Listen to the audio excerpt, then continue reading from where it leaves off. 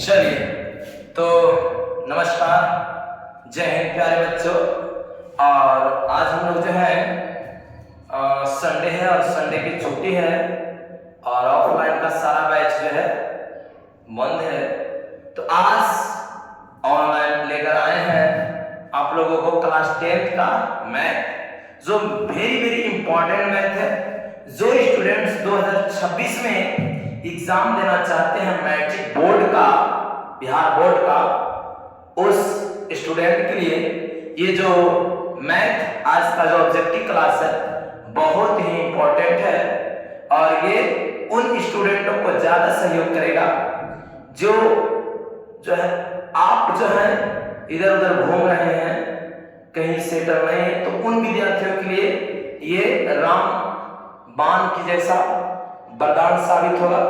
तो मैं कहना चाहूंगा कि इस चैनल के माध्यम से आपको एक से एक मैथ साइंस क्लास जो है आपको डिटेल से डिस्कस करते हुए मिलेगा।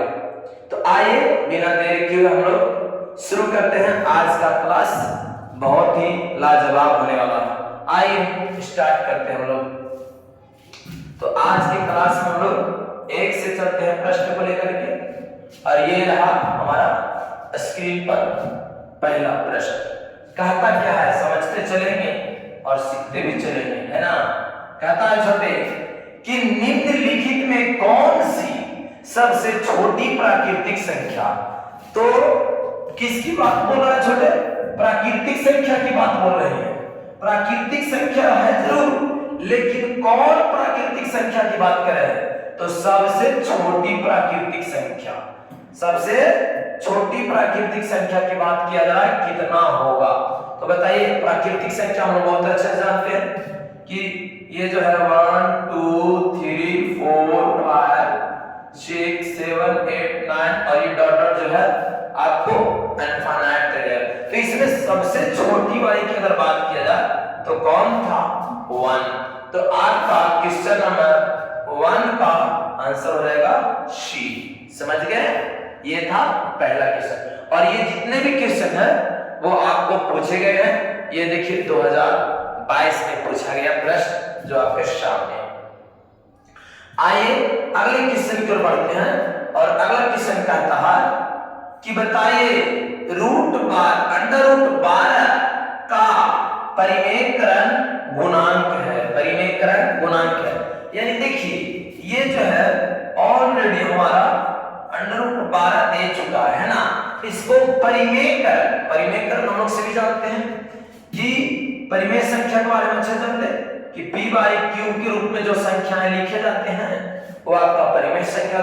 तो ये जो रूट 12 जो हमारा दे चुका है अपरिमेय संख्या, इसको परिमेयकारी गुणांक पूछ रहा। तो ये बताइए ये हमारा है कितना? ऑलरेडी रूट अंडर, तो इसमें √3 से अगर मल्टीप्लाई कर दिया जाए तो देखिए हो जाएगा √360, यानी आप ये हो जाएगा 36 और 36 का स्क्वायर रूट 6। तो बताओ ये जो √12 था इसको परिमेय बनाने के लिए हम इसमें कितना गुना किए? तो √3 से। यही परिमेयकरण गुणांक कहलाएगा। तो कौन हो जाएगा ऑप्शन इसमें छोटे?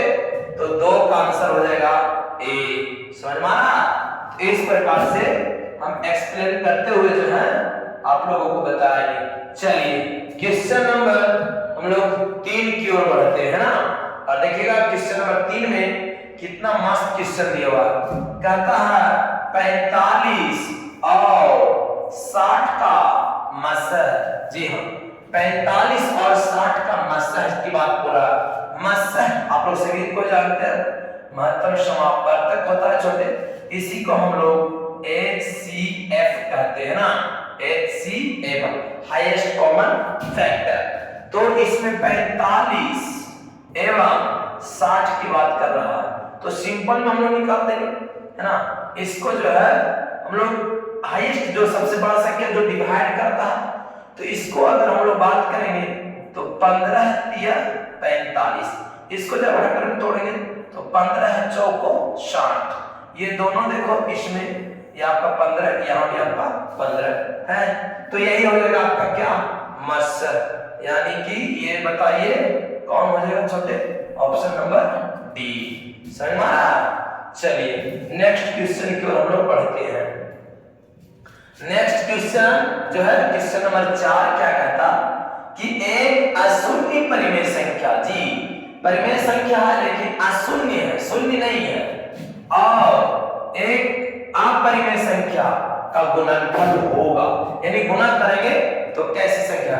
तो जैसे कि एग्जांपल्स हम बताना चाहेंगे, जैसे एक हम अपरिमेय अशून्य परिमेय संख्या में ले लेते हैं 2, और एक अपरिमेय संख्या इसको ले लेते हैं हम लोग √3। देखिए ये आपका अशून्य परिमेय संख्या और ये √3 है जो अपरिमेय संख्या, और दोनों का गुणा किया जाए तो गुणा करेंगे तो आएगा 2√3। अब बताइए 2√3 किस प्रकार का संख्या, तो ये हमेशा और हमेशा होगा अपरिमेय संख्या होगा जब भी गुणा करेंगे। तो अपरिमेय को परिमेय से गुणा किया जाएगा तो अपरिमेय ही प्राप्त होता है। तो ये आपका ऑप्शन बी हो गया। अगला क्वेश्चन की ओर हम लोग बढ़ते हैं, और ये क्वेश्चन देखिए क्या है। इसे कहता है यूक्लिड विभाजन एल्गोरिथम में, आप लोग सभी को जानते होंगे यूक्लिड विभाजन एल्गोरिथम जो दो धनात्मक पूर्णांक के निम्न में किसे परिकलित करने के का तकनीक है। यानी कि यूक्लिड विभाजन एल्गोरिथम जो है दो धनात्मक पूर्णांक लेंगे तो उस संख्या से क्या निकाला जाता है। तो हम लोग सभी जानते हैं यूक्लिड विभाजन एल्गोरिथम जो है उससे हम लोग मशह निकालते थे। क्या निकालते थे? मशह निकाला जाता था। चलिए आगे बढ़ते हैं और अगला क्वेश्चन की ओर बढ़ते हैं, और ये देखिए सारा का सारा जो प्रश्न आ रहा है अभी तक वो केवल और केवल रियल नंबर से, किस चैप्टर से छोटे? रियल नंबर से, यानी वास्तविक संख्या का ये प्रश्न आ रहा है। कहता है यदि p एक धनात्मक पूर्णांक है तो धनात्मक सम पूर्णांक का रूप होगा। बिल्कुल देखिए p जो है हमारा दे चुका है, कैसा है? धनात्मक पूर्णांक है। तो बताइए धनात्मक सम पूर्णांक की बात किया, सम विषम की नहीं बात किया। तो बताइए सम की बात कर रहा है तो क्या होगा? देखिए यहाँ ये p तो एकदम आपका धनात्मक है, ये देखिए p + 1 जो है आपका विषम है, p केवल है तो ये तो केवल धनात्मक पूर्णांक ही बोला है। इसमें देखो 2p + 1 जुट गया, इसलिए यहां भी आपका विषम होगा। तो सिर्फ और सिर्फ क्वेश्चन नंबर 4-6 का जो आंसर होगा वो आपका ए होगा, जो 2p होगा कैसा होगा? सम पूर्णांक होगा। चलिए आगे की ओर हम लोग बढ़ते हैं नेक्स्ट क्वेश्चन की ओर। देखिए अभी जस्ट हम बताएं कि देखिए धनात्मक पूर्णांक हमने क्यों दे दिया, और अवर में क्या पूछ रहा? धनात्मक विषम पूर्णांक। ध्यान दीजिएगा सम के बाद बता चुके हैं छोटे। तो देखिए ये 6q आपका सम है, 6q + 2 सम है, 6q + 4 ये जितने भी है वो आपका इवन नंबर है। ओड की बात करेगा तो कौन है? 6q + 1 ये आपका आंसर हो जाएगा। यानी क्वेश्चन नंबर 7 का जो आंसर है वो आपका सी हो जाएगा। नेक्स्ट क्वेश्चन की ओर बढ़ते हैं, और देखिए ये क्वेश्चन आ रहा है, कह रहा यदि दो संख्याओं का गुणनफल, जी हाँ दो संख्याओं का गुणनफल ऑलरेडी हमारा दे चुका है, कितना? 2166 है, उनमें से मस्सह दिया है 19, तो बताओ उसका लसाह क्या होगा? हम लोग बहुत अच्छे से जानते हैं दो संख्याओं का जो गुणनफल होता है वह लसाह गुणे मस्सह के बराबर होता है, यानी LCM गुणे HCF बराबर 2166 हो जाएगा। और बताइए इसमें से हमारा मस्सह दे दिया है, यानी कि हमारा लसाह पूछ रहा है तो LCM बराबर LCM गुणे HCF दे चुका है 19 और बराबर 2166 दिया हुआ है। अब हम लोग 19 से डिवाइड कर देंगे, 19 से भागा दे देंगे, है ना? कितना में? 2166 में।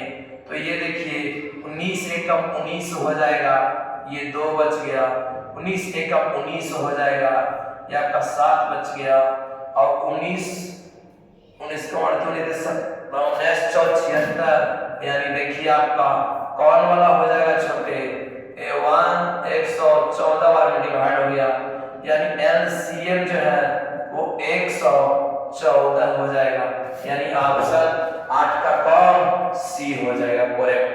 समझे? तो ये इस प्रकार से हम लोग बनाएंगे। आगे की ओर बढ़ते हैं। आप लोग को समझ में आ रहा है ना? इस प्रकार से हम ऑब्जेक्टिव क्वेश्चन नंबर 9 पहुंचे और अभी भी जो क्वेश्चन बना रहे हैं हम लोग वो जितने भी क्वेश्चन है वो आपका रियल नंबर का है। देखिए कहता है यदि a is equal to 2q into 3 plus into 5 और b का मान दे दिया है 2b, b का मान दे दिया छोटे 2 के पावर 4 इंटू 5 इंटू 7, तो बताओ लस्सा पूछ रहा है a और b का। लस्सा किसको कहते हैं हम लोग सभी जानते हैं, जो लस्सा जिसको हम कहते हैं लोएस्ट कॉमन फैक्टर, जो मिनिमम वैल्यू होता है। आइए हम लोग बात करते हैं संख्या का। तो सबसे पहले ये जो दिया हुआ देखिए यहाँ a का दिया हुआ और b का दिया हुआ ऑलरेडी हम लोग को, ठीक। तो इसमें जो है हम लोग जो है वैल्यू लेंगे, जैसे यहाँ 2 के पावर 3, यहाँ 2 के पावर कितना है आपका, कितना है तो वो है आपका 4, तो हम लोग मैक्सिमम वैल्यू लेंगे 2 के पावर 4 हो जाएगा। इसके बाद देखिए यहाँ 3 है, यहाँ 5 है तो यहाँ भी 5 हो जाएगा। ये 3 सिंगल 3 हो जाएगा, यहाँ सिंगल जो है 7 है तो 7 हो जाएगा। अब इसको केवल हम लोग मल्टीप्लाई कर देंगे, तो 2 के पावर 4 यानी 2 दूना 4 दूना 8 दूना 16 और गुने 5 3 15 और 15 7 105 गुना कर दीजिए इसको। तो गुना करेंगे तो 105 में 16 से 6 ये आ जाएगा 30, ये 6 ये 100 जो है 5 हो जाएगा 0 8 6 1 1680 आएगा। कितना आएगा छोटे 1680 आएगा। ये देखिए 1680 हो गया। समझ गए? तो इस प्रकार से क्वेश्चन नंबर 9 का डी होगा करेक्ट। और आगे हम लोग बढ़ते हैं और ये क्वेश्चन क्या कहता है, m एक धनात्मक पूर्णांक है। बिल्कुल m एक कैसा है, धनात्मक पूर्णांक है। तो क्या कहता है, धनात्मक विषम पूर्णांक का रूप। देखिए विषम बोला है तो देखिए 4m + 2 सम है, 4m + 4 सम है, 4m + 1 ये आपका विषम के रूप में आ जाएगा। जैसे देखिए 1 3 5 ये विषम है और 2 4 6 ये सारा का सारा क्या है, सम है। चलिए तो आज अभी हम लोग 10 क्वेश्चन किए हैं, देखते हैं आप लोगों को समझ में आ रहा है कि नहीं। जरा आप लोग कमेंट में रिप्लाई दिया कीजिए। ये सारा जो आपको शुरुआत किया गया सिर्फ आपके लिए, ताकि आप बोर्ड में बेहतर मार्क्स ला सकते हैं। तो